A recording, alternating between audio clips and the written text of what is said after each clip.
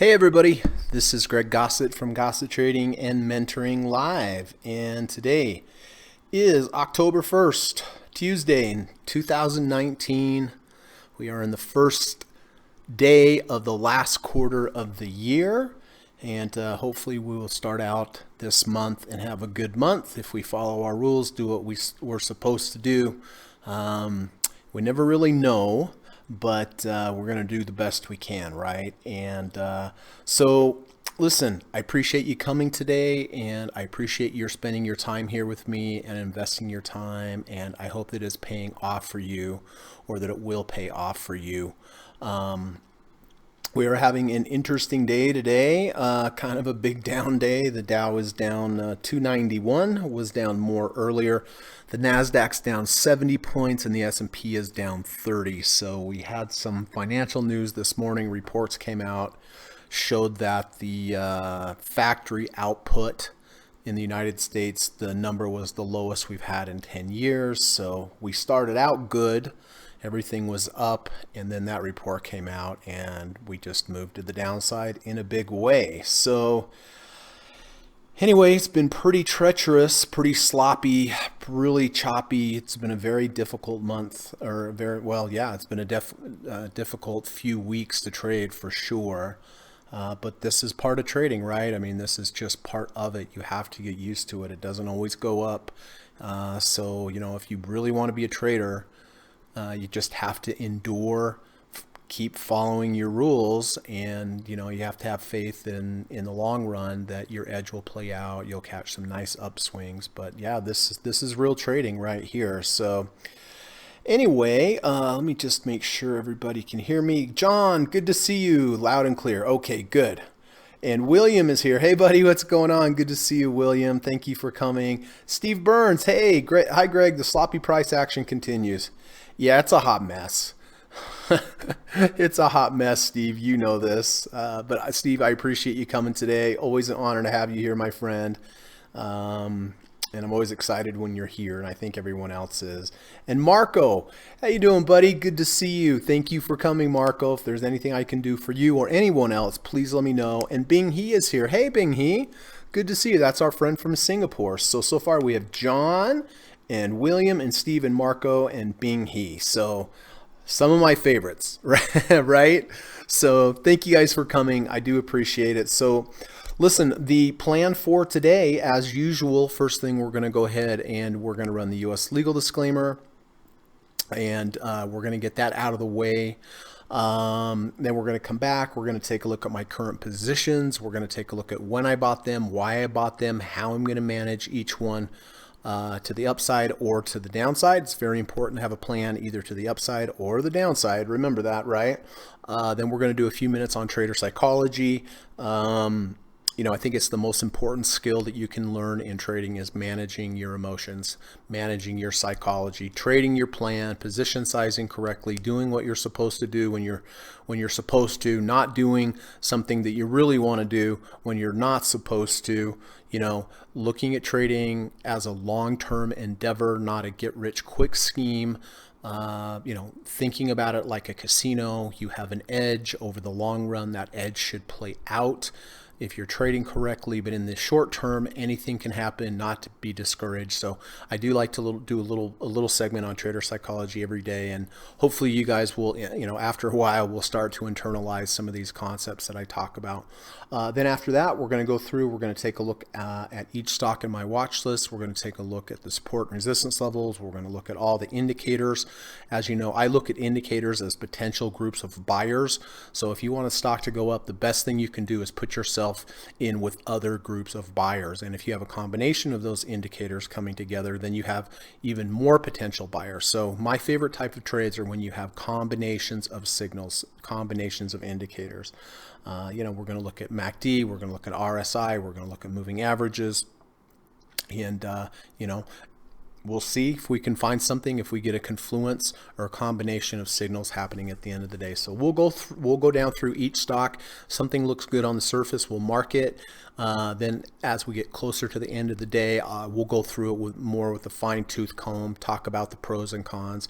And if there's something good there, then we'll go ahead and we'll buy it. And then after that, After the market closes, if you have any questions about anything I talked about today, if you'd like me to take a look at any particular stock symbols, I'm happy to give you my humble opinion on that. Or if you have any other questions about trading, please let me know. Okay, please just let me know. That's why I'm here. I'm here to try to help, so don't be shy. And oh yeah, and that's it. So hold on for about 40 seconds. Let's run this legal disclaimer and I'll be right back. So hold tight, please. Thank you. This video or live broadcast, like all instructional materials produced by Gossett Trading and Mentoring LLC, is created and published for informational and educational purposes only. Please carefully read and or listen to the U.S. government required disclaimer before watching this video or live stream broadcast. The video link and disclaimer text are located in the description section of this video or live broadcast, here and here. Thank you so much.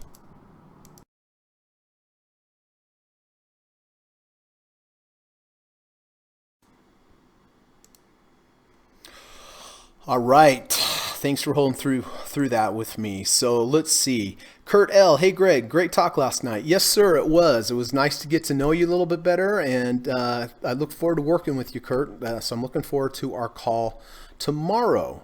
Steve says VIX 10-30-day EMA crossover here today. You know, I saw that. I just saw that, Steve. So what Steve's talking about, everyone, is the VIX, the crossover, the 10-30 EMA crossover. When the 10 crosses back over the 30, that really means that the chances of volatility are increasing.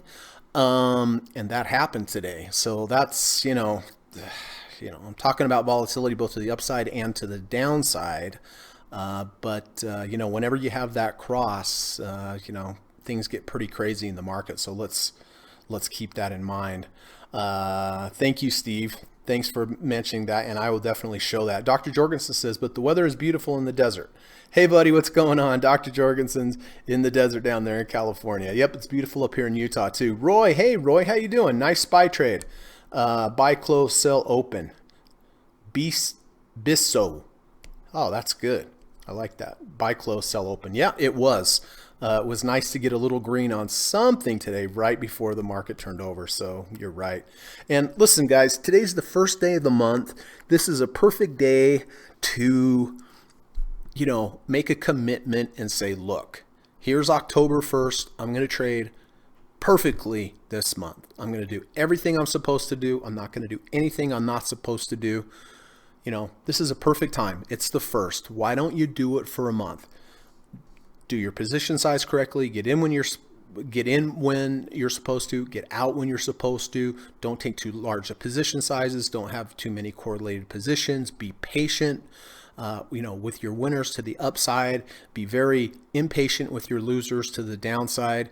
Do it for 30 days. After 30 days, you're going to be in the habit of doing it, and it's a perfect day to start. Just saying, right? It's just the first. Why don't we just all make that commitment for the month of October?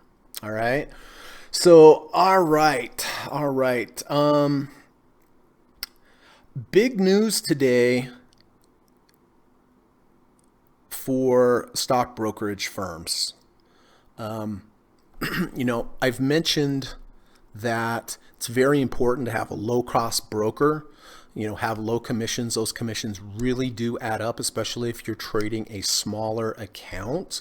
They really do add up. And today, a couple days ago, or very recently, Interactive Brokers, whom I use, they are offering now a no cost, no commission version. And then Charles Schwab of all people, came out today. Just saw the news. And they are offering zero commission starting October 7th. And I'll tell you what, I was with Schwab for a long time. I love Schwab, but their commissions were high. They're $4.95. It's just too high for what I do. That's just too large of an expense. But now with their zero commissions, I'm going to have to do the math and think about maybe going back. The only thing is Interactive Brokers offers some really good interest on the cash that's not used, so you kind of have to crunch the numbers. But Anyway, if you guys are just getting started, it's important to use a broker that has low cost or no cost, right? Kurt, we were talking yesterday, and I told you about Interactive Brokers, and then I found out they had the free service coming up, but now I find Schwab's having free service coming up, so it's kind of hard. It's kind of hard to decide, but anyway, I guess I think maybe the days of high commissions or even low commissions are over. So it's going to be interesting. It's going to be interesting to see what happens. But it is very important, everybody, to have low commissions. At this point, you shouldn't be paying more than $1 per commission. All right, well, let's go through our signals and let's see what happens. So I did buy DDM, which is the double leverage Dow. I did buy this back here on the 26th of October. So I've had this over a month. The reason I bought it is the previous day we closed under the 200. The day that I bought it, we closed over the 200. This is a good back-tested, long-term profitable approach to trading DDM, staying in as long as it is over the 200, getting out when it closes under the 200. And you can see this has been a really great trade. As it moves up, I like to phase out, take partial profits, not all profits, but a small percentage of profits every time it goes up a certain amount. And luckily yesterday and today, actually yesterday we hit the high. Today, I'll show you on the other chart, but we did hit another profit target up here at 49.97. And you can see the green line is where I hit the profit target, and then it completely went down. So again, really glad that I hit that profit target. I'm very low on shares at this point. I've phased out so much that I have a very, very small, less than 10% of my original position here. So we'll see what happens here, but as long as it continues up, I will continue to phase out until I'm out of shares, or conversely, close back below the 200. That's my stop. But even if we do come back down here, like I said, I have over 90% that I've locked in at profitable levels, so that wouldn't be too alarming, but we don't want that to happen, right? So anyway, so far so good. Good trade. Did hit one profit target today. All right, so this one not so hot. I really liked this trade yesterday. It was a great setup. We moved higher. This is the diamonds. This is the Dow Jones. We moved higher. We came down. We got into the value zone. We caught support in the value zone. Then 2 days ago, well, here's day one, here's day two, day three. We came down to the value zone. We started to move sideways. Here's day one. Day two thoroughly washes out day one. Day three, which was yesterday, closes above day one's close. And in addition, it closed above the moving averages. I really like this trade. Now, my initial stop here is a halfway of the washout bar. And as you can see, it moved up nicely this morning. It was moving our direction until we had the economic news, and it just cratered. So this definitely looks like it's going to close below the halfway of the washout bar. Therefore, I'm going to have to just go ahead and get out of this trade. Luckily, this is the Dow, so even though this bar looks huge, it's only down to 1.35%. So be grateful for little things. The indexes are not, as volatile generally on a percentage basis as individual stocks. So I guess I should be happy with that. But yep, unfortunate, unless it closed back above 268.47 today, I'm going to have to go ahead, just admit I was wrong on this trade and just go ahead and get out.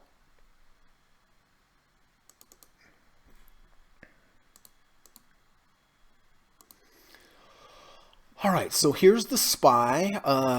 In case we have some new viewers, let me run you through this real quick. This is based upon a back-tested study from Liz Ann Saunders. It does not take into account technical levels, fundamentals, anything. This is just a back-tested approach from 1993. Liz Ann Saunders at Bespoke Invest. But here you have two options. Option number one is you can buy the SPY each day at the open, sell it at the close every day. So buy at the open, sell at the close, buy at the open, sell in the close. If you would have used this approach every day since 1993, you'd have actually returned a negative 13.9%. However, if you do the opposite, which is what I do every day, and you buy the SPY at the close each day, sell it at the open the next day. So buy at the close, sell the next open. Buy at the close, sell the next open. Every day since 1993, you'd have actually returned to 634.2% just by switching it around. Buy at the open, sell at the close every day, minus 13.9%. Buy at the close, sell at the open, plus 634.2%. So past performance is no guarantee of future results, right? I mean, we know that, but since 1993, you can see this approach has had a really good edge. And really what this means, everybody, is that we know the market has gone up since 1993, but what these numbers show you is that all of the returns in the S&P have come from people bidding it up in the after hours, bidding it up in the pre-market session. So, this is a good back-tested approach. It definitely shows that it has an edge over time, at least up until now. Going forward, we don't know. But I really love this chart. The blue line is the buy in the afternoon, sell in the morning. Obviously over time, this has done very, very well. Right? There are drawdowns, there's ups and downs. As with any trading approach, no matter how good your edge is, you are going to just have normal fluctuations up and down. So the takeaway here is play, as with all trading, play for the long term. Don't just play for this week, because this week or this month, you don't know. I mean, right here, we had a 2-year drawdown using this, but over time it works. So, think of each trade as the next 1,000 trades. Take the long view, position size correctly. Think about how much money you're going to make maybe in 5 or 10 years. Don't think about how much money you're trying to make in the next month or 2 months, right? So anyway, so based upon this, I did buy the SPY yesterday here at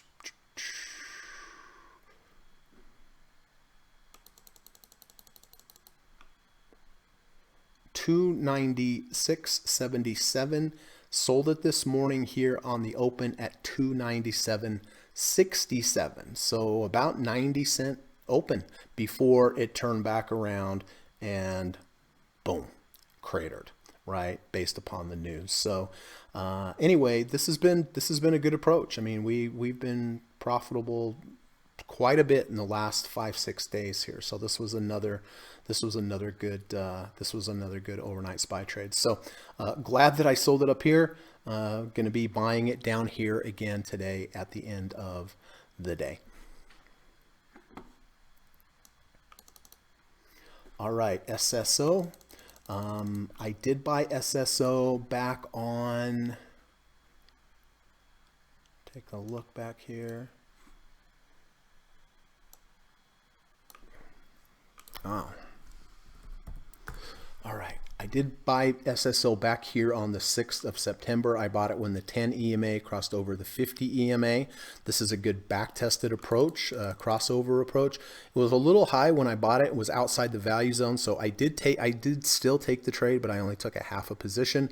It did continue to move up. I did phase out up here at higher levels, profitable levels. We hit one profit target yesterday. Now today, it is down.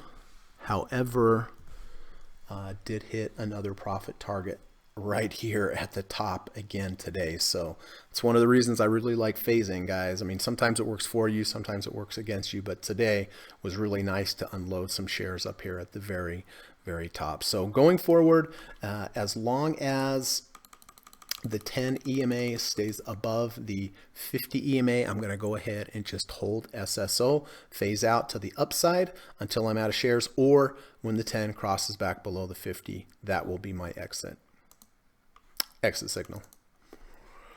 All right, UNH. So I did buy UNH here yesterday at 217.33. I bought it for a variety of reasons. Reason number one is intraday. We went under, the previous day we were under 30 RSI. On the day that I bought it, we closed over 30 RSI. That's one of my entry triggers when you go under either intraday or end of day, and then the next day goes over 30. That was trigger number one. Trigger number two is that we had a nice V2 here. Here is day one. Here is day two. Day two washes out day one, closed above day one. And on top of that, we also rejected the third ATR channel and closed back above. You can see we did gap up, almost hit one of my first target. Didn't quite get there, unfortunately. I had it at 219.56, and then like everything else, it just rolled over down in a big way.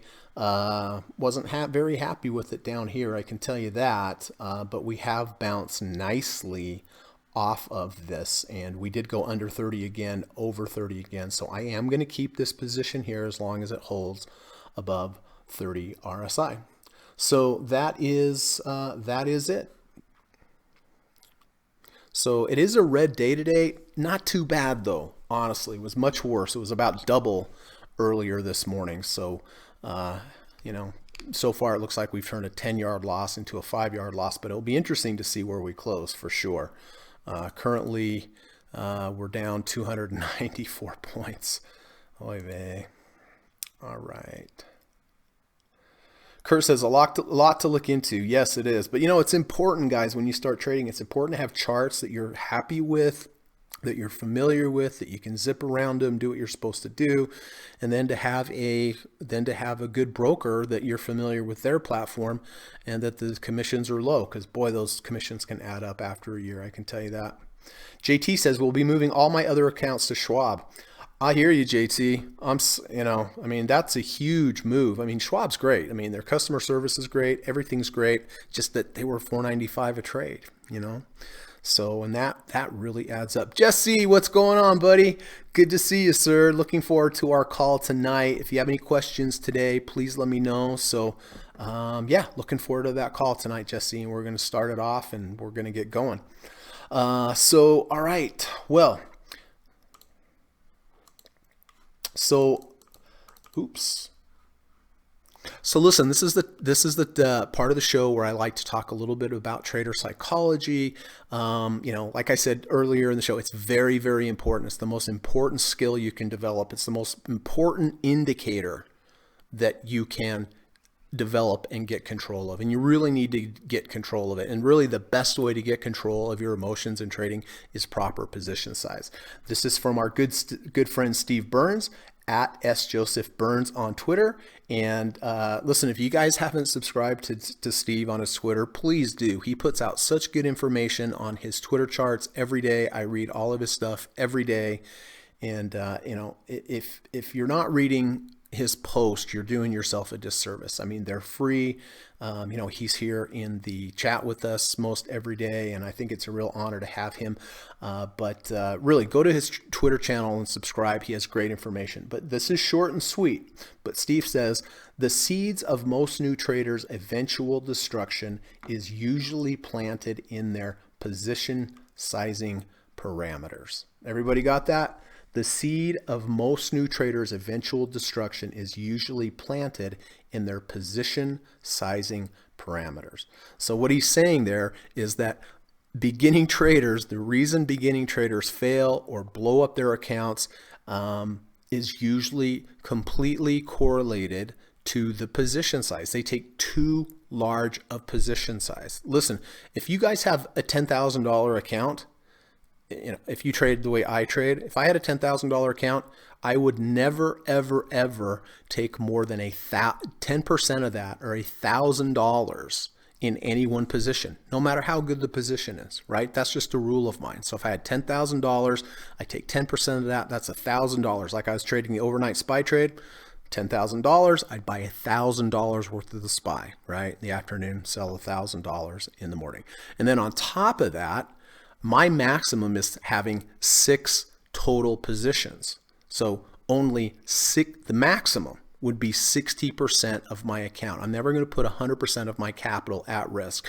And then on top of that, they better not be 6 tech stocks, right? They need to be some diversified, or in the very least in different types of industries. You don't want all your eggs in one basket. If you have 6 different tech positions, it's essentially like having one huge one, right? So maybe you have some tech, maybe you have some industrials, maybe you have some, you know, pharmaceuticals or something like that. Maybe you have a little tobacco, but you need to be diversified. But you know, those are my rules, guys. 10% maximum position size in any one trade, any one position, maximum of 6 positions or 60% of my capital in trades, and those are going to be in diversified stocks, right? I might have 2 maximum in any one industry. I might have 2 maximum out of the 6 in technology, but that's about as far as I'm going to go. But I've talked about this before, but trading is a skill. Controlling your emotions is a skill. The only way you can develop a skill is by doing it, whether it's shooting a bow and arrow or trading or pool or whatever, right? In order to get good at it, in order to master it, you have to do it for many, many, many years. And the only way you can do it for many, many, many years is by not blowing up your account. If you blow up your account, you can't do it. You'll never master it. You'll never get the experience. So, that's why I always say, look at each trade as one in the next 1,000 trades, position size properly so you can stay in the game, so that you can get experience, so that you can start to master it. And the only way you're going to do that is with proper position size, right? So thank you, Steve. That was short and sweet, but really, honestly, I think it's the most important concept that a new trader can have is no matter how bad of a trader you are, if you position size correctly, you're not going to get beat up too bad. You're really not. And the longer you trade, you're going to get better. So, please take my advice, guys, really. And position size, maybe 10% maximum, maybe even 5%, depending on your situation. But keep yourself in the game and get better at trading. So thank you, Steve. Appreciate that, sir. Hey, Wayne's here. Hey, buddy. Good to see you. Thanks for coming by today. I appreciate it. Hey, what's Larry doing? That was a statement, not a question. Bought Steve's book. Good stuff. Oh, good. Which one? Which one did you buy? Steve says, thanks for sharing. Most of learned position sizing the hard way with big losses. I've been there, bud. I've been there, Steve. Back when I started, if somebody would have come along and just sat me down and said with intensity, Greg, don't ever buy 10% of your account, more than 10% of your position. What a difference it would have made, what a difference it would have made. So, hopefully follow this, and this will make the difference that I wish I had. Hey, Murat, good to see you, bud. Thanks for coming. Appreciate it. That's our friend Murat from Norway. All right. So do we dare look at the charts today? Do we dare look at them? Let's take a look. Okay. We're only down a scant 271 points now. Excellent. All right. Look at Apple today. Up $1.21. Talk about relative strength. For Apple to be up, even $1.25 today on a day like today is outstanding. Unfortunately, I just have not had any possible entries on Apple. I do want to point out, though, that earlier today, you see how we went above the previous high back here a few weeks ago? We broke out to a new high, and now it looks like we're going to be closing under this high. That's why I have the orange bar here. So that's a bit of a bearish sign. If I were long here, I would definitely be getting out of Apple today. I don't have a position in Apple, but because, see, here's the previous high. We had this high, we moved back down, we broke out over it, but there were no more buyers up there. Everybody sold into it. And currently, we don't know what's going to happen at the end of the day. Currently, it looks like we're going to be closing under that. So we're closing. It was a false breakout to the downside. In addition, we got pretty high RSI range. And we have a double top with the bearish divergence. See the high here? See how high the bars are? Then we come back down. Now we broke out to a new high. See how there's no green bars here whatsoever? That is called a double top with the bearish divergence. This is one of Dr. Alexander Elder's favorite setup. He believes this is the most powerful indicator in technical analysis. Whether that's true or not, I don't know, but for him, that is his favorite. And I do use these. I'm not going to short Apple. I don't do a whole lot of shorting. But if I were long, I definitely would be getting out here.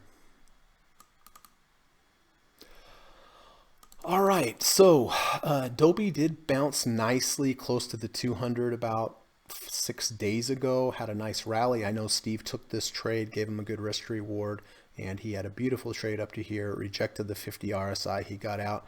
But now what, right? So here we are again. We are coming back down to this area of support, at least what is acted as previous support. It's a 40.68 RSI.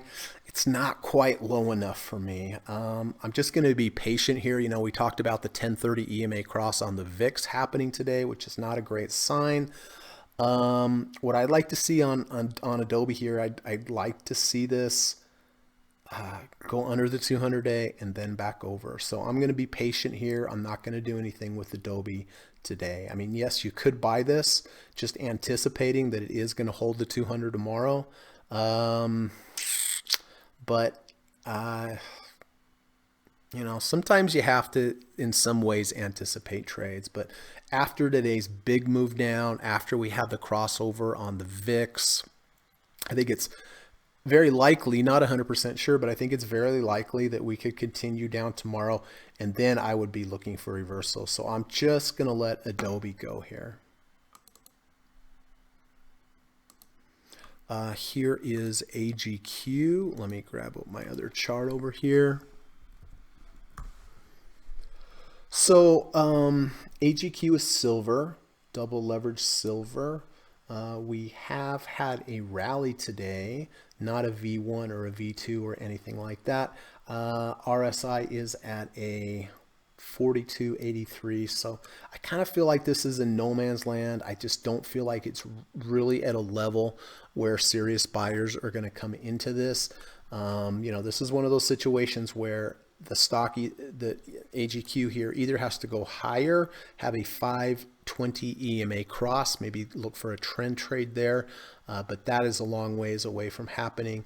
Or if we get to the downside, if we go down further down, maybe down the confluence of the third ATR channel and the 100-day moving average, or the 200-day moving average, or a combination of going under the 30 RSI and then back over one of those moving average.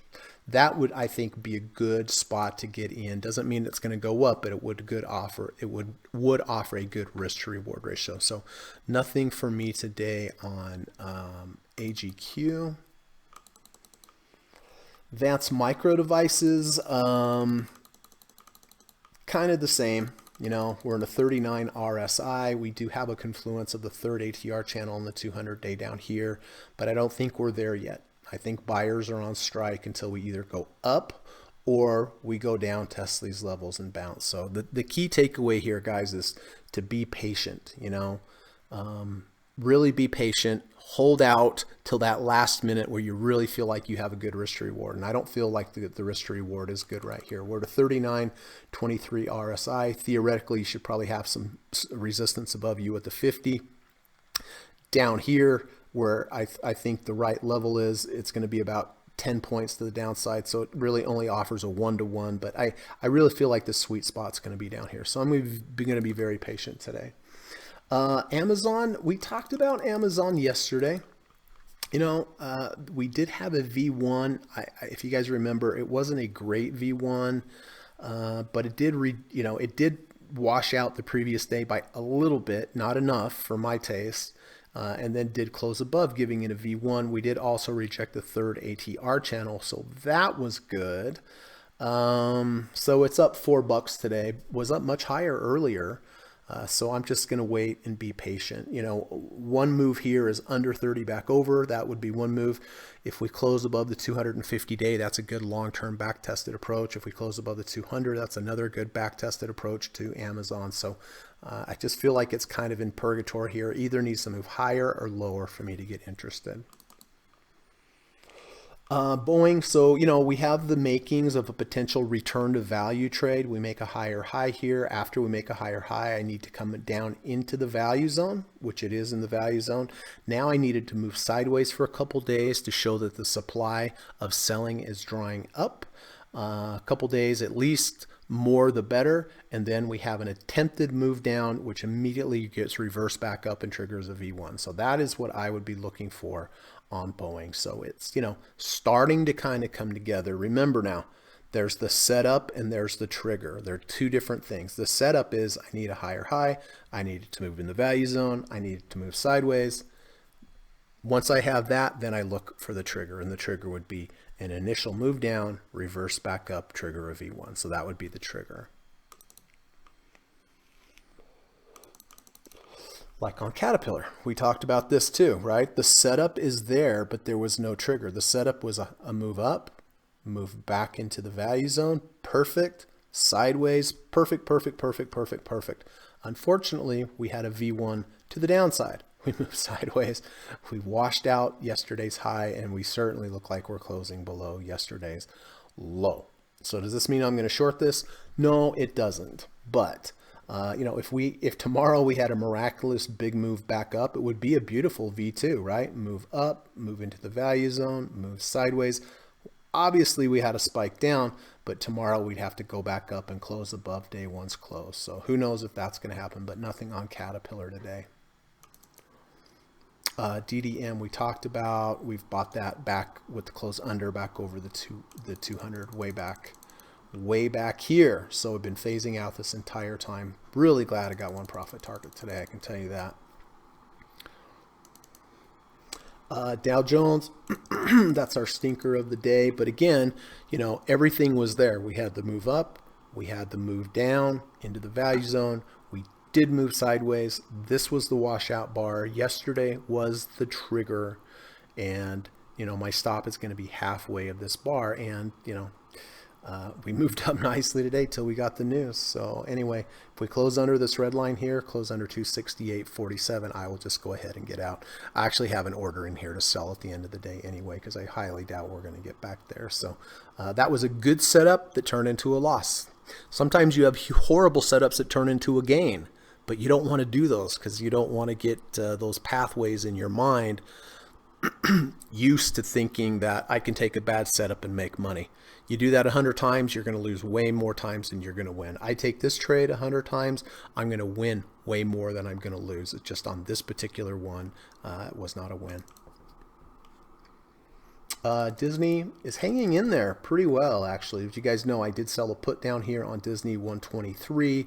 The reason I did it is we have a lot of levels of possible support. We have the third ATR channel, we have the 200-day moving average, we have the 250-day moving average, we have the 30 RSI. If we look at the weekly, we have the 50-week upward moving average as possible support. And on the monthly, we have the 20-month support and the halfway of this big bar here. So that is why I sold the puts on Disney. If Disney does not close below 123 by my expiration period, which is in 11 days, I'll be able to keep the entire premium. Etsy. For those keeping score at home, this is a V1 to the downside, right? Here's day one. Today washed out or went above day one. No more buyers up there. And it certainly looks like we're going to close below yesterday's close. So nothing on Etsy. Well, Ford has gone below the 200. Definitely nothing there. We're to 37.51 RSI. If we could come back down here, test these previous lows, test the 30 RSI, that might be a good entry point, but nothing here today. All right, Facebook. So this is a tough one. We did reject the 200-day today. We did go below, and we have, at least right now, we are back above the 200. Is that a valid signal? Yeah, it is. I mean, we did reject the 200-day intraday. There were no more sellers down there. There were more buyers and sellers. That's why it went back up. It did go below 2 days ago's low, and looks like, at least right now, it's above there. So, could you buy this at the end of the day? You could. You certainly could. With a close, and your stop would be a close below the 200-day, or move back up here to the 50 RSI. So it does offer a good risk to reward.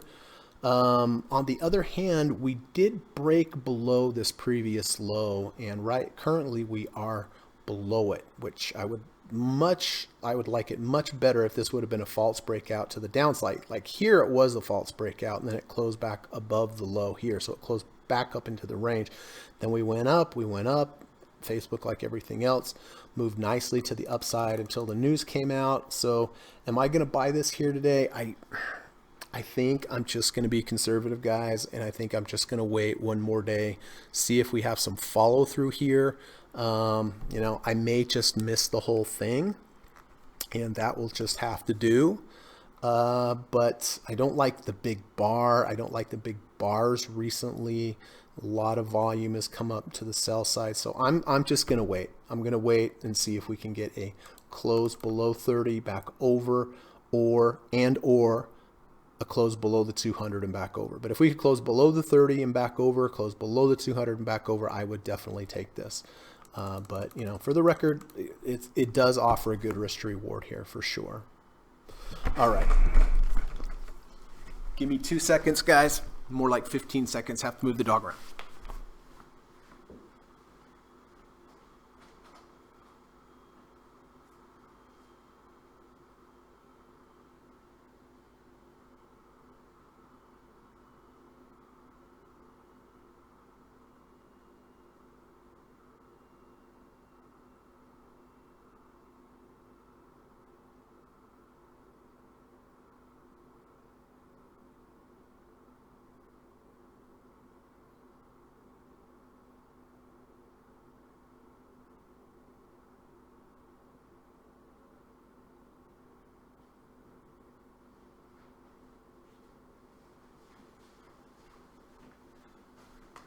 Okay, sorry about that. I think there's a squirrel out there. Okay, so on Facebook, I'm just going to give it one more day. 5 below up today, which is good, but no signal there. It did move up, come back down into the value zone. But right now, this is not a V1 or a V2. There's no trigger. Gold is up today, but there's no V1. Well, I guess technically this is a V1. Here's day 1, here's day 2. Day 2 does wash out, close above. Looks like it's going to close above, but the washout was not good.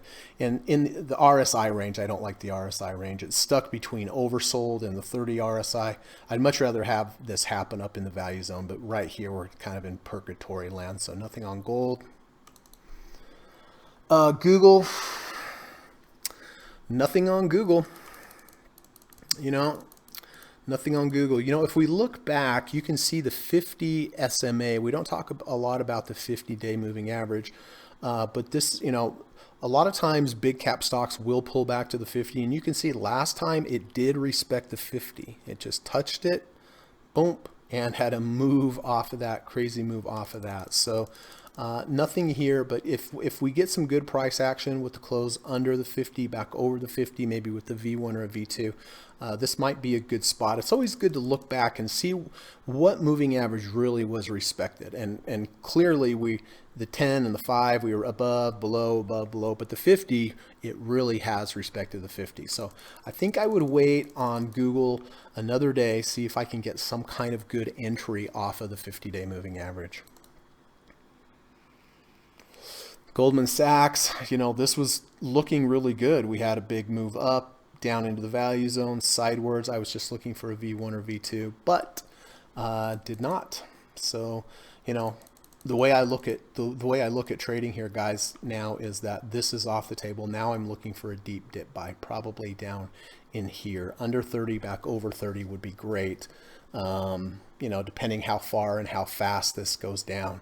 The best is if we could get a 30 RSI at the same time we have a 200-day. So nothing there. IBB got very close to the 30 RSI and did bounce off it. This has been a wild one. IBB. I really am just going to wait and see if we can get a close under, or go in under intraday and back over, or close under, go back over, but it didn't quite get under 30. I'd like to see it test that 30 and have the buyers come in and buy it there. This big old bar here concerns me, especially on that volume. Intel V1 to the downside. Nothing there. In order for me to, now we have a lower high. This high is lower than this previous. When this happens, I need the price to come down here, wash this out, then have a V1 or a V2. So, on Intel right now, probably be looking to see if it can hold some support here at the 50-day moving average and the 200-day moving average. Under, back over, close under, close back over. That would be great. Throw a V1 or a V2 on there for good measure would be even better.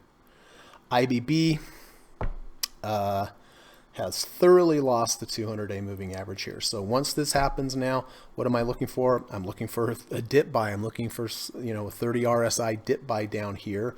Or conversely, if we go back up, have the 10-50 SMA crossover to the upside for a momentum trade. But I'm not really looking for any momentum trades right here. I'm looking for dip trades on almost everything. Johnson & Johnson, we did have a V2. Here's day 1, day 2, day 3. Day 2 washes out. Day 1 yesterday did close above day 1, but it's not valid. This day 1 bar is larger than 1 ATR, so nothing there. Coca-Cola is hanging in there, slightly up today, which is impressive, but nothing there. Lockheed Martin. Remember how I just recently talked about a lower high? This high is lower than this high, therefore we need to wash out this low. Well, we did wash out this low today.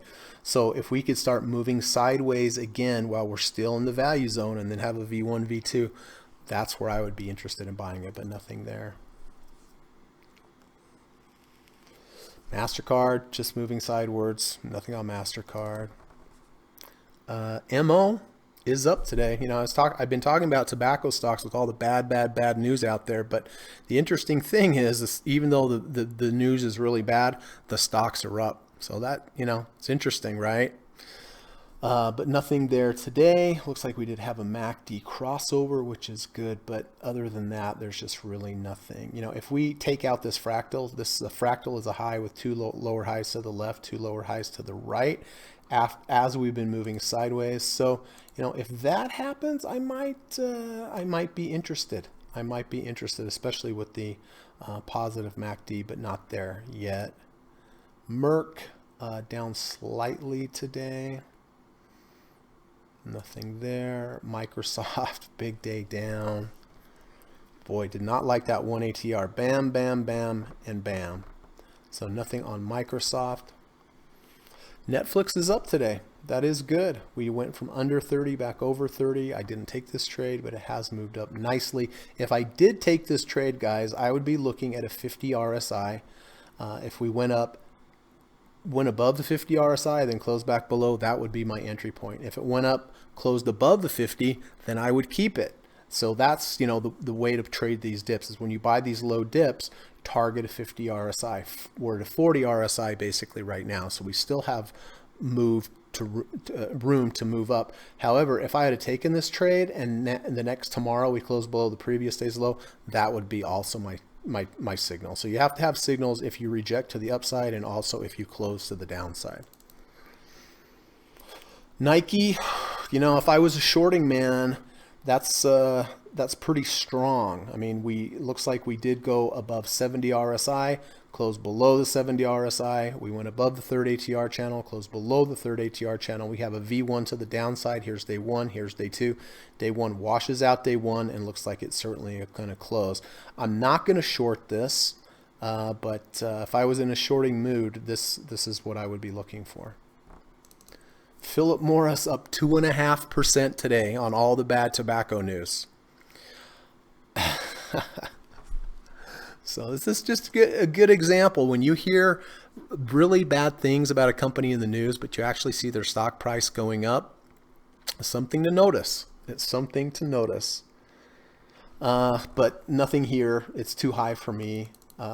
close to the, well, it's above the third ATR channel, which is really good. It looks like it rejected the 200-day, but this is just too high for me to short or to buy. I'm just going to step aside on that. PayPal lost the 200-day here. Again, it's at a 40.79. I would be interested down here to 30 RSI. How are we doing on time? 10 minutes. The Qs, major V1 to the downside. So nothing on the Qs. Again, look, what I would be looking for at the moment for the Qs would be some kind of dip all the way down to the 30, right? A lot of professional traders, there's nothing in here to buy, and they go on a buyer strike, and that's a self-fulfilling prophecy, which can allow the stocks to go down. I'm not saying they will, but it's possible. S&P, of course, we had that good trade yesterday. We bought at 296.77, sold at 297.67. Really glad to have gotten out here. I will be buying this again today at the end of the market and then selling it first thing tomorrow morning. Square, let me take a look here on the other charts. Down today. It did have a 520 EMA cross, which is a good back-tested symbol on Square. I had to go back and back-test it last night, and it does back-test well, though I don't like the price action today. I don't like this V1 to the downside. Here's day one, here's day two. Day two washes out day one. Looks like it's closing below day one, and it also rejected the 1 ATR channel, so I don't think I'm going to do anything with Square. SSO, you don't see today's bar, but we did hit one profit target before it reversed back down. I'm staying in this as long as the 10 EMA closes above the 50 EMA. It's still above, so I'm still holding the position. Nice V1 to the upside on bonds. Higher low. This is higher than here. Here's day one, day two. Day two washed out day one. Looks like it's going to close above day one, but I don't like that it rejected this previous high, and I don't like it rejected the 1 ATR channel, so nothing there. Tesla, nothing on Tesla. Oy vey, Twitter. All right, so, you know, Twitter has broke to the downside. Where am I going to be looking? Any guesses? That's right. 30 RSI. We're right now we're at a 38.08 RSI. If we could get to a 30 RSI, let's see where a 30 RSI will be tomorrow. Oh, it's down here a bit. 30 RSI is going to be back down around here. So, you know, moving forward, whoa, knocked my microphone over. Moving forward, if we could stop going down, we could start moving sideways here around the third ATR channel and the 100-day moving average. Stab down, reverse back up. I would buy that. I would also buy a 30, under 30, back over 30 RSI on Twitter, but nothing there today. How's our UNH doing? Wow, it went back to even, everybody. Now oh, is it up? Sweet. All right, we're up a penny on the trade, which is great because it was really down earlier. So I'm definitely going to be keeping this. Boy, be happy for small things. I can't believe back to even. That's fantastic. Oil, nothing on oil. VIX, just want to show you quickly on VIX, that 1030 EMA crossover. You know, the way people use this approach here is that it's safe to short volatility when the 10 is under the 30, but now what do we have? 1634 compared to 1627. So it looks very likely that this crossover may confirm, and you can see last time we've had these crossovers, we had some big volatility, right? And this is back tested. This isn't just my opinion. You know, the back test shows when the 10 EMA crosses above the 30 EMA that we're you know, in an expanding volatility environment, and I guess we can already tell that today just by looking at the charts, right? So I'm not going to buy VIX here or do anything like that, but I did want to point that out. Verizon down today, had been holding, finally did break. William, do you still have Verizon? You're short. I know last time we spoke you had a short in Verizon. I think it was here. How's that for remembering your trades, right? Walmart, nothing on Walmart. Okay, we have 5 minutes. Energy, really getting pounded. I'd be waiting for a 30 RSI. Financials, 30 RSI. Real estate finally broke a little bit to the downside there. Nothing there. Utilities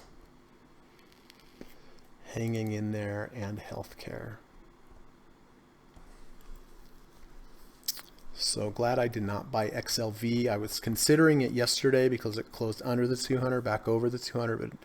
But if you remember, it tested the 50 RSI and then closed underneath the 50 RSI, and that's why I didn't buy it. So good thing I didn't do that. Okay, so really the only potential to make a decision on today would be Facebook on whether or not, you know, this offers a good risk to reward here because it rejected the 200-day. I always like it better when it closes under the 200 and then back over the 200. I like that better. And then we have some news today about Facebook where Mark Zuckerberg had a discussion recorded about how he'd fight back. Anyway, I don't know. There's kind of a lot of drama there. There's a lot of volume here today to the downside. So I think I'm just going to stick with my initial thought, which was I'm just going to look for a close under and back over to give me a little bit more confirmation. If I was in this trade, I would probably stay in it, right? Because it bounced off the 200, it's staying over the 200. But as far as initiating a new trade with this big bar here and the large volume, I think I'm just going to pass.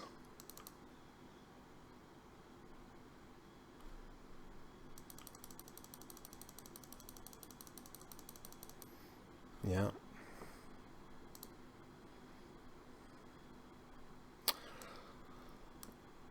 So DDM with the one profit target, I am going to keep that. Diamonds, definitely going to be getting out of that today with the close under halfway of the washout bar. So unfortunately that was a stinker trade, but we got newsed. We got newsed on that one. So I will be getting out of this today. SPY, will be buying this at the end of the day, and just really glad we sold it up here earlier at 297.67. So we're getting about a $3.50 discount on rebuying it. And then UNH acted strong, tested that 30 again, closed back above, down slightly on the day, but still above 30 RSI. So I am going to keep it. Wow, Dow down 348 points, everybody.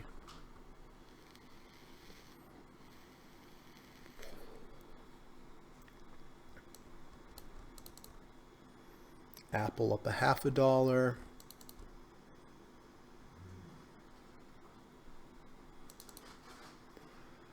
Amazon only up 52 cents now.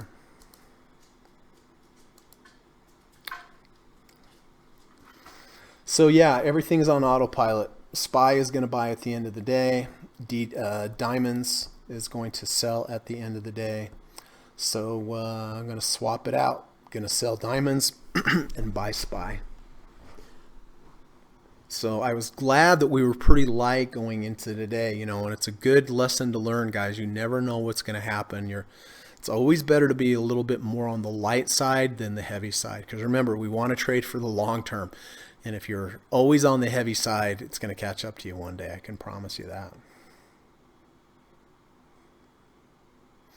Oh, moving averages 101, Larry. That's awesome. I read that book like 9 times or listened to it.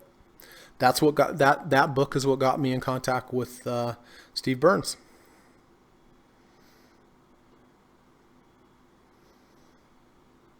Murat, you bought oil. Let's take a look. Down 15 cents. Is that? Yeah, that's today. All right. Well, I hope that goes up, bud.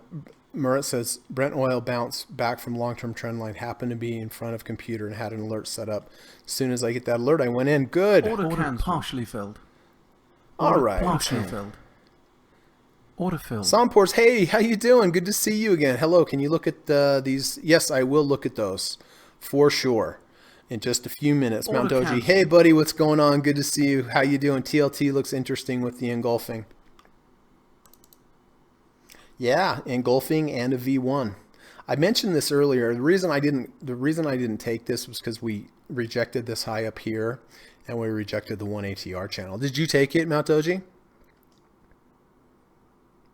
William says, all out of Verizon. I took profits following day. Okay, good. Good, good, good. All right. So yes, Sampors, I definitely will get to those symbols for sure. So where did we end up officially? 343 points down. Wow. Wow, wow. All right. So we sold diamonds for a loss. We rebought SPY at 293.35.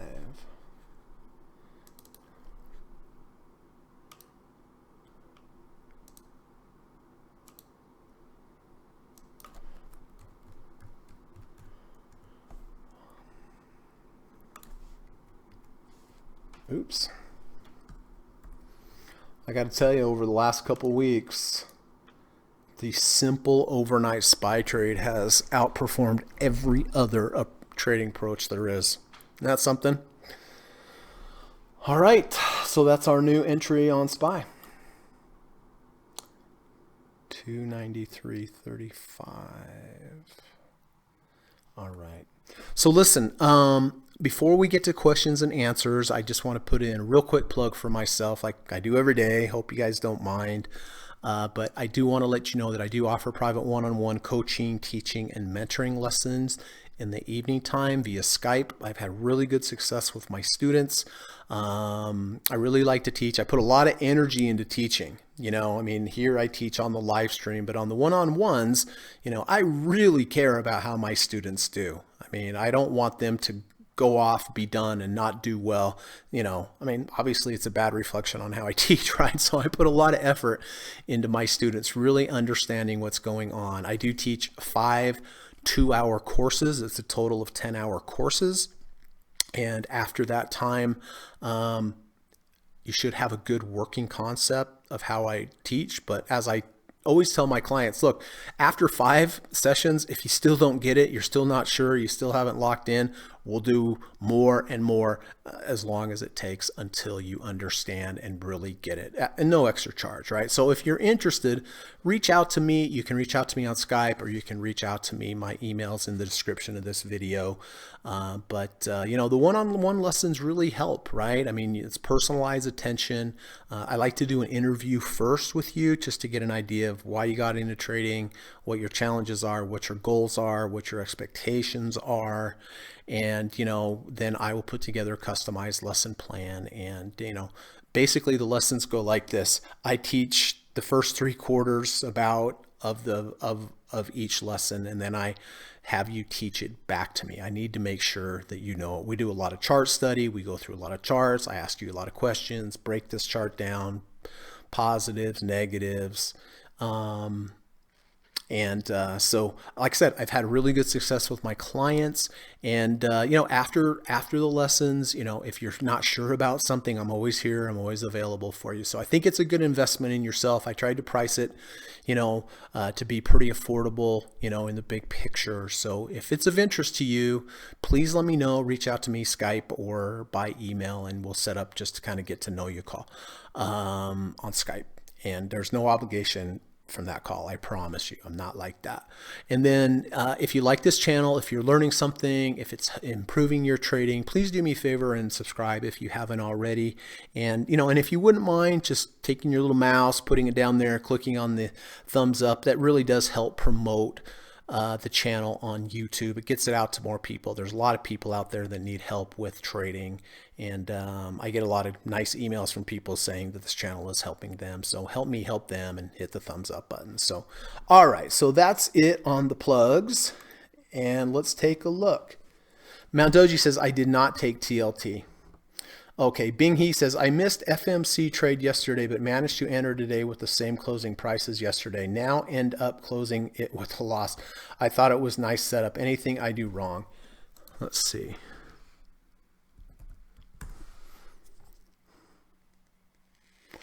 No, being he, there's nothing, you can have the best setup in the world and some kind of news can come along, some kind of event come along. It doesn't mean that you did anything wrong, right? You just have to look at it like, okay, I'm going to take with this particular setup on FMC, yes, came down into the value zone, moved sideways, had a nice V1. If you take this trade, bang he 100 times, you're probably going to win someplace somewhere between 60 and 70% of the time on this trade. This just happened to be one trade where it didn't work. Doesn't mean this approach isn't good, doesn't mean you're a bad trader. It just means that you ran into some news, right?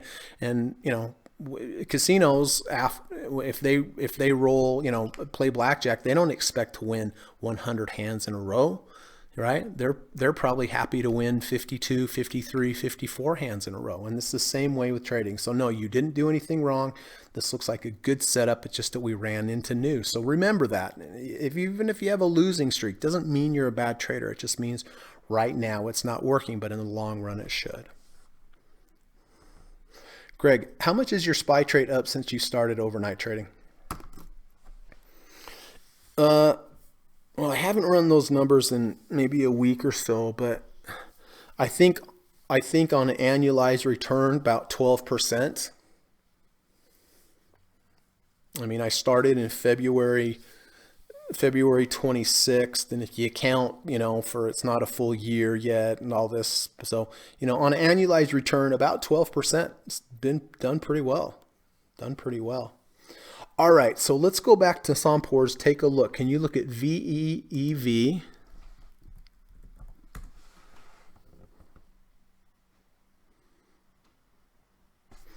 Okay, that was yesterday's. I'm going to have to look on another chart here.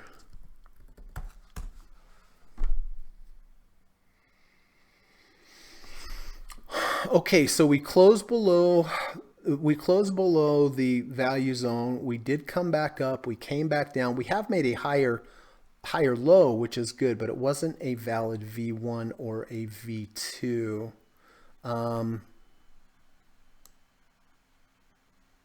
Looks like we have a 520 EMA cross, which I don't know if that backed us well on VEEV. We do have this downward sloping 50-day, which is a little concerning to me. I really don't see a setup. I really don't see a setup here, but it is strong. But the way that I trade, I really don't see a potential setup for me on this one.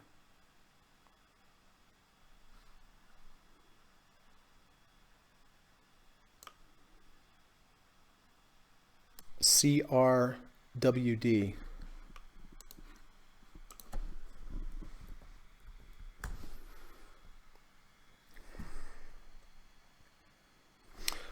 CrowdStrike. Okay, so we did have a well, actually we had a V1 yesterday. Here is day one. Day two washes out day one, closes above day one's close. We also went under 30 here, back over 30 right here. Yeah, I would have bought this here. This was very similar to what we did on UNH right here. So yes, I would have bought this with the V1. Here's day one, day two washes out day one, closes above day one. We went under 30, back over 30. We also went under the 30 HER channel, back over the 30 HER channel. If I was in this trade, I would probably use a close under 30 as my stop. But yeah, this one looks pretty good from yesterday. And it held up pretty nicely today as well.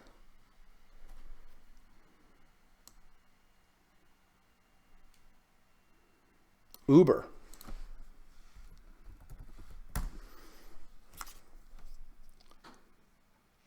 Okay, that was yesterday's chart.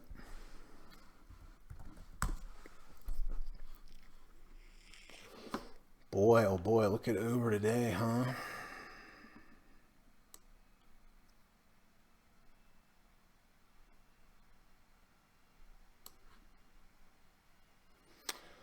So it looks like we went under 30 and back over 30 today on Uber, which is a valid signal. We do have the makings of a double bottom with the divergence, meaning this low here, you can see how deep the bars were. We did rally. Now we've come back lower low. So this low is lower than this previous low, but you can see the move, the MACD on this second move down is much less than over here. So you do have a double bottom with a bullish MACD divergence, and you did have a under 30 back over 30 trigger on Uber. So if I'd been watching Uber today, I probably would have bought this. I would have bought a half position because it's under the 200 day. You know, the key here is we don't know if it's going to go up or down, but we know if we're wrong, any close below 30, we're out. Right now it's a 30.49, so a very small move down, we get out. If we're right, we have nice upward. So this one probably looks the best to me.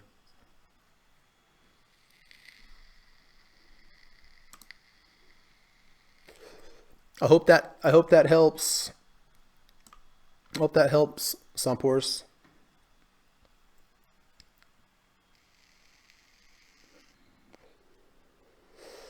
Larry says, you mentioned 60% of capital in 6 positions, max and diversified. Is the SPY one of those positions? Yes, it is. Yep, it is. And let me clarify. If I take 10% position sizes, then my maximum would be 6 positions. But you know, sometimes I take half a positions, right? So in that case, I could have 12 positions, right? Sometimes I have 3 fulls, 2 halves. That gives me 4 positions, right? And then sometimes like the DDM trade, I'm out of 90% of the trade, so it frees up capital. So you're not always going to see me with exactly 6 positions. You might see me with 8. You might see me with 9. If I have a bunch that are 5%ers and I have a bunch that were 10%ers, but now they're only 20%ers, it frees up room. But the key number is no more than 60%. And it doesn't mean you have to have 60%. I'm just saying if you have great valid trades and you find 6 great valid trades that are not correlated, then yes, that's okay. But don't go, me personally, I don't go over 60. But yeah, sometimes you might have 6, 8, 9 trades if you have half positions in some, full positions in other, and you've scaled out of others. But yes, of course, my overnight trade is it's risk, right? So it counts for 10%. So yes, it does factor into that, Larry. Hope that helps. William says, hey, Greg, what do you think the minimum amount of volume a stock should trade for you to consider it for your watch list? Well, you know, William, the type of positions that I trade, they're all large caps, and we've talked about that. I mean, the reason I like large caps is because they have institutional following. The bid-ask spread's good. There's a lot of liquidity. So like that doesn't even really in my world come up because I usually don't trade small stocks, but I would say probably at a minimum, you know, if you wanted some kind of guideline, some kind of minimum, I'd probably say 250,000 shares a day.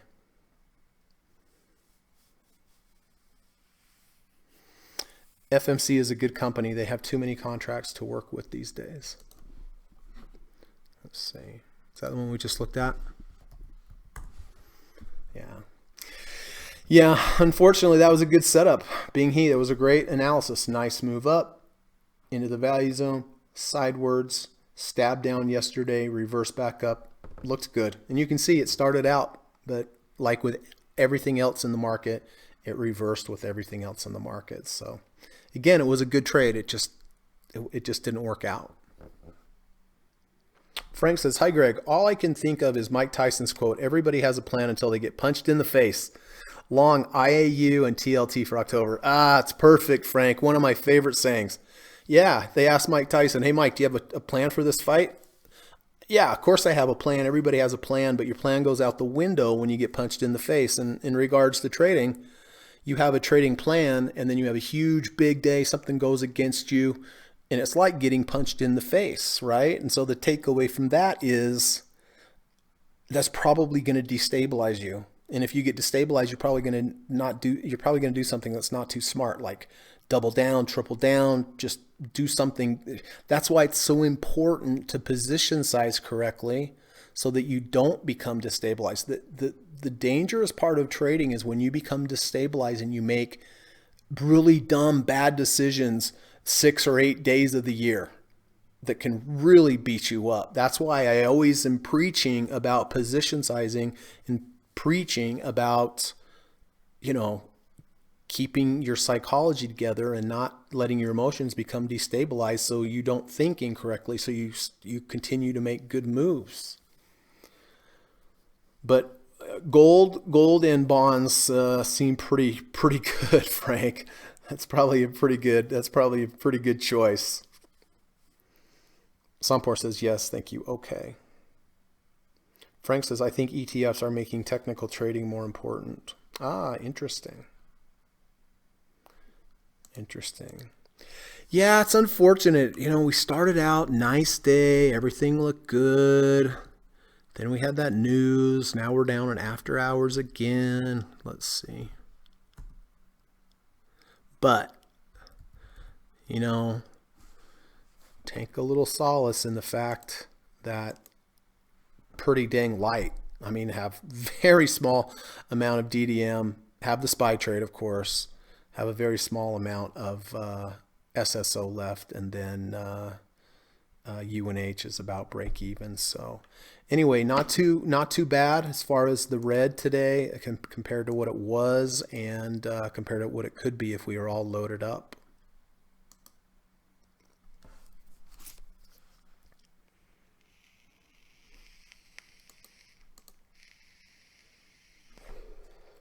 Was Apple able to hold on to a gain? Yeah, it was 62%. That's very strong. Amazon did go negative on the day. Let me take a look over here real quick.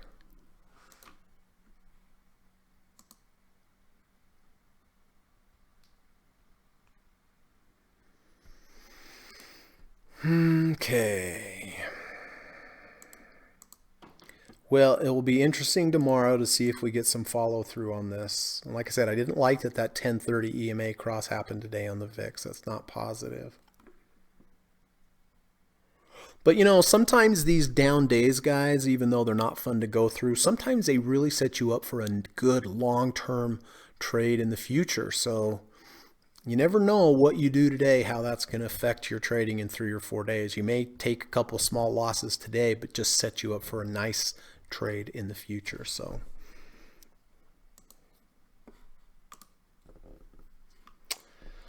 all right, everybody, if anybody else has any other questions, please let me know. So last call for questions, otherwise I'm going to get out of here, go hiking, go enjoy the weather. Then I'm going to come back and I'm going to have some lessons, some one-on-one lessons today with Jesse. So I'm really looking forward to that. And I'm doing the Alpha Mind podcast tomorrow morning. So also looking forward to that. And then I'm a guest on another podcast on Saturday. Has nothing to do with trading. When it's out, I'll let you guys know. I think it's going to blow your mind. think Netflix, some kind of Netflix series. But something that happened a long time ago with my father that they're coming to interview me about. So I guess I'll keep you in suspense, but I think you guys will find it interesting when it comes out.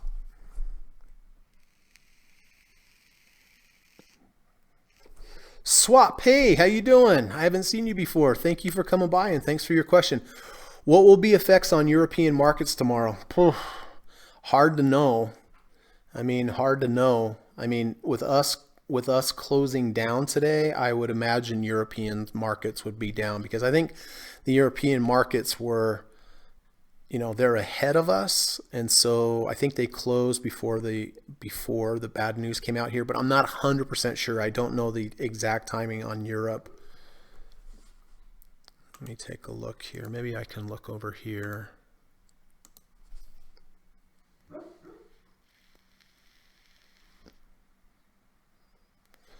Oh no, the DAX, okay, so the DAX was down. Man, we closed down 375 points. Holy smokes.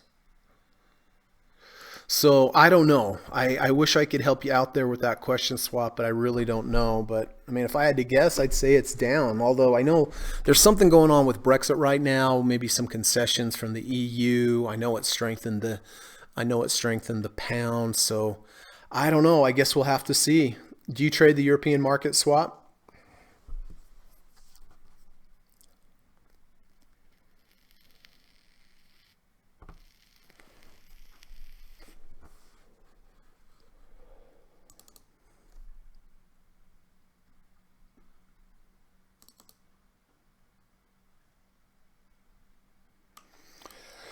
So I'm definitely going to be watching Facebook tomorrow. You know, I've been waiting, I've been patient on Facebook for this to come down here, but I really want to see a clean under and then back over, close under and close back over. You know, on Facebook right now, we have this 200-day moving average and we have the third ATR channel. If we look at the weekly, see how we have the 100-week moving average here as possible support. And if we look at the monthly, we have the 20-month moving average. So, you know, I think right in here, 170, somewhere between 170 and 173, somewhere in this range right here is probably going to be the spot. Swap says, yes, European market was down. Okay. After 7:30 when the news came out. I'm guessing euro is also lower today. Thank you. Ah, you're trading in the French market. You know, we have somebody from France here. Frederick, he's just not here today, but thank you for coming. Swap says CAC 40 was very much down this afternoon. It might be start of recession 2020. Could be. I mean, that news that came out today, you know, with the worst manufacturing output for 10 years, that can't be good, right? I mean, it just can't be good. So listen, I'm going to start saying goodbye to everybody. If you have any more questions, just type them in. But Swap, thank you for coming by from France. I appreciate it. I hope you come back. Murat says DAX is hopeless. Yep, Murat's in Norway. Thank you for coming by, Murat. Appreciate it. Frank, always good to see you. Good luck on the gold and the bonds. And thanks for that fun quote from Mike Tyson. Sompors, thank you. Yeah, let's watch and see what Uber does. That was a pretty good signal all in all.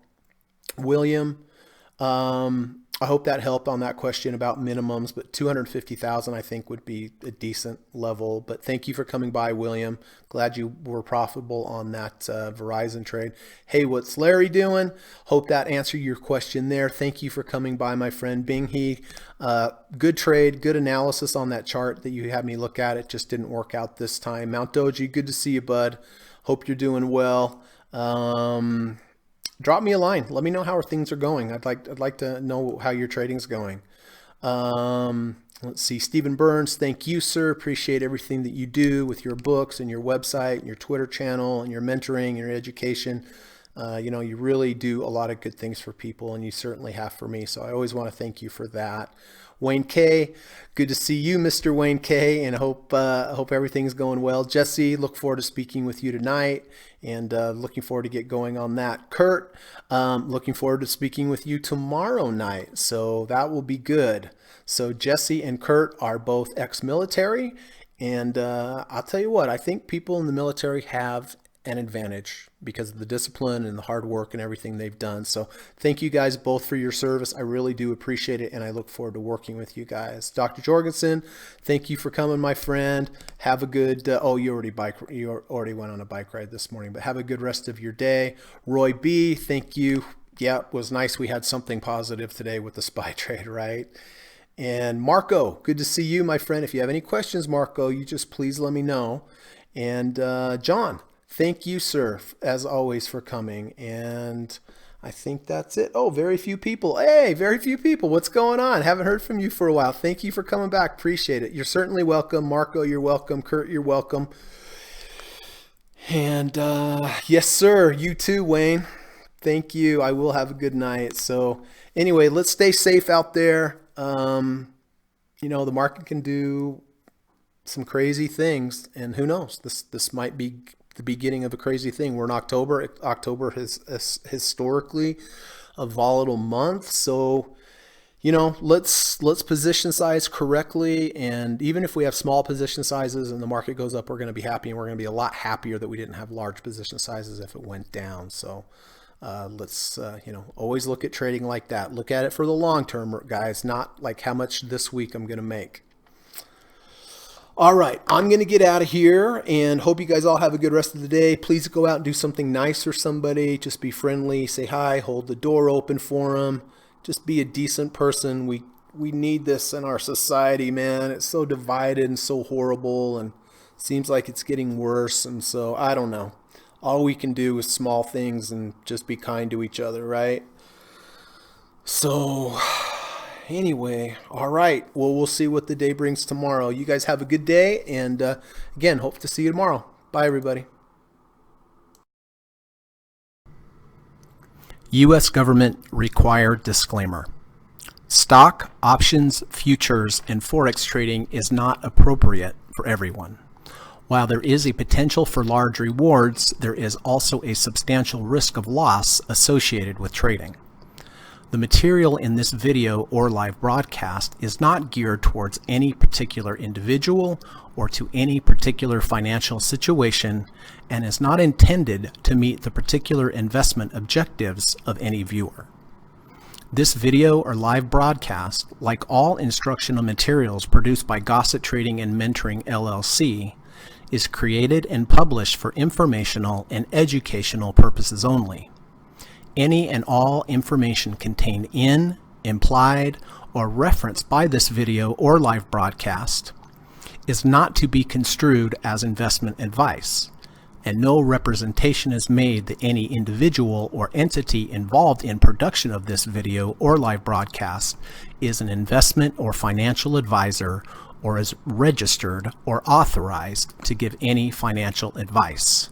We are publishers and educators only. Therefore, the various producers of this video or live broadcast will not accept liability for any loss or damage of any kind which may arise either directly or indirectly out of the use of any of this material, including any loss of profit. No representation is made that any account or investment will or is likely to achieve the profit or losses demonstrated. We recommend consultation with a licensed and qualified professional before making any investment decision. This video or live broadcast is not to be construed as an offer to buy or sell any security, financial instrument, or financial product of any kind. Notice is hereby given that any individual or entity involved in production of this video or live broadcast or their clients may have an interest in any security, financial instrument, or financial product mentioned or referenced. Any simulated or hypothetical performance result depicted does not represent actual trading and therefore may under or overcompensate for the impact of various market factors such as lack of liquidity. Thank you.